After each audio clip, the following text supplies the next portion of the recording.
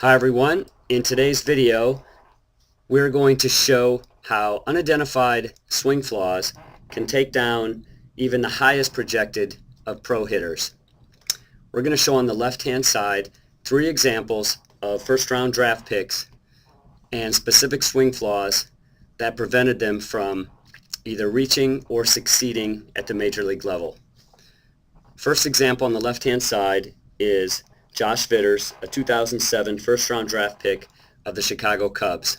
In this video, he is playing at AAA Iowa. This is where I got to know him. He's struggling with poor numbers, and let's see why. On the right-hand side, we have Miguel Cabrera, who's going to represent the Major League pattern. As we move both hitters forward, we're going to see that when their front foot lands, they're both in very athletic, balanced attack positions. Where Vitters goes wrong, he told me he was taught to initiate his hands first toward the ball. And we can see that he does this exactly how he was taught. We can see his hands are moving forward while Cabrera's are staying back. As we move the swing forward, what we want to see is halfway through the swing that the hands, the rear elbow, and the stripe of the pants are all lined up vertically about halfway through the swing. We call that a well-connected, powerful position. So we're going to move forward, and we're going to see that Cabrera on the right-hand side, we can see his hands, his rear elbow, and the stripe of the pants all line up.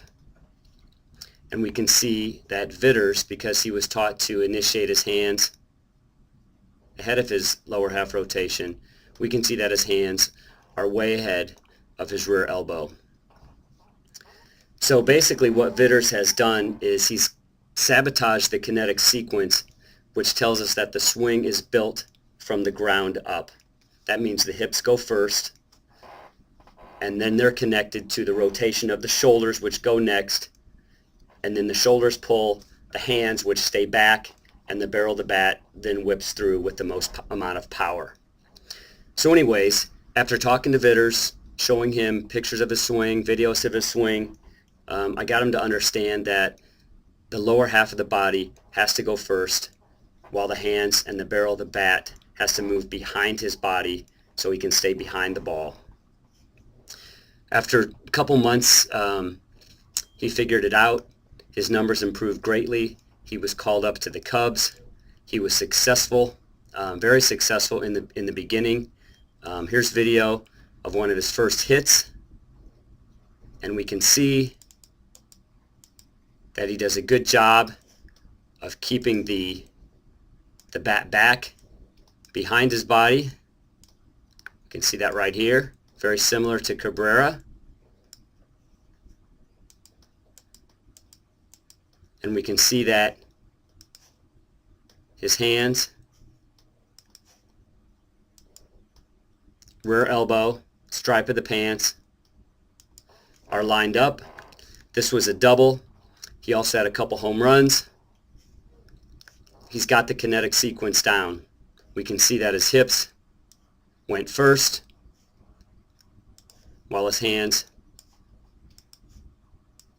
stayed back. So what happened? Why did he fail at the major league level? After being initially successful, he said he listened to too many voices who didn't know his swing, and he went back to his old way because coaches wanted him to initiate his hands toward the ball.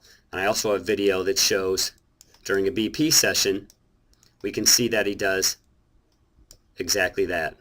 We can see that his hands, with a lot of eyes on him, are going to initiate way ahead of his body. So that's his story.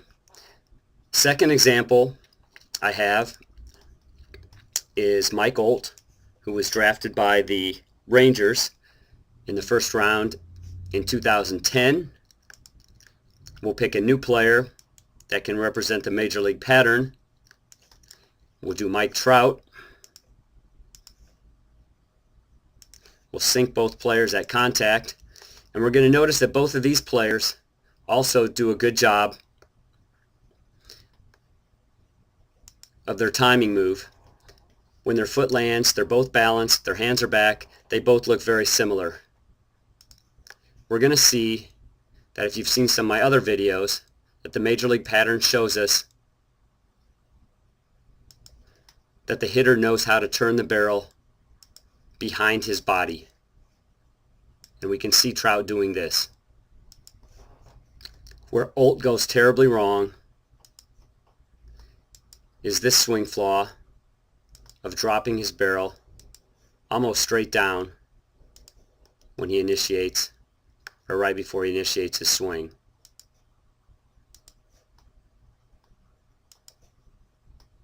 His inability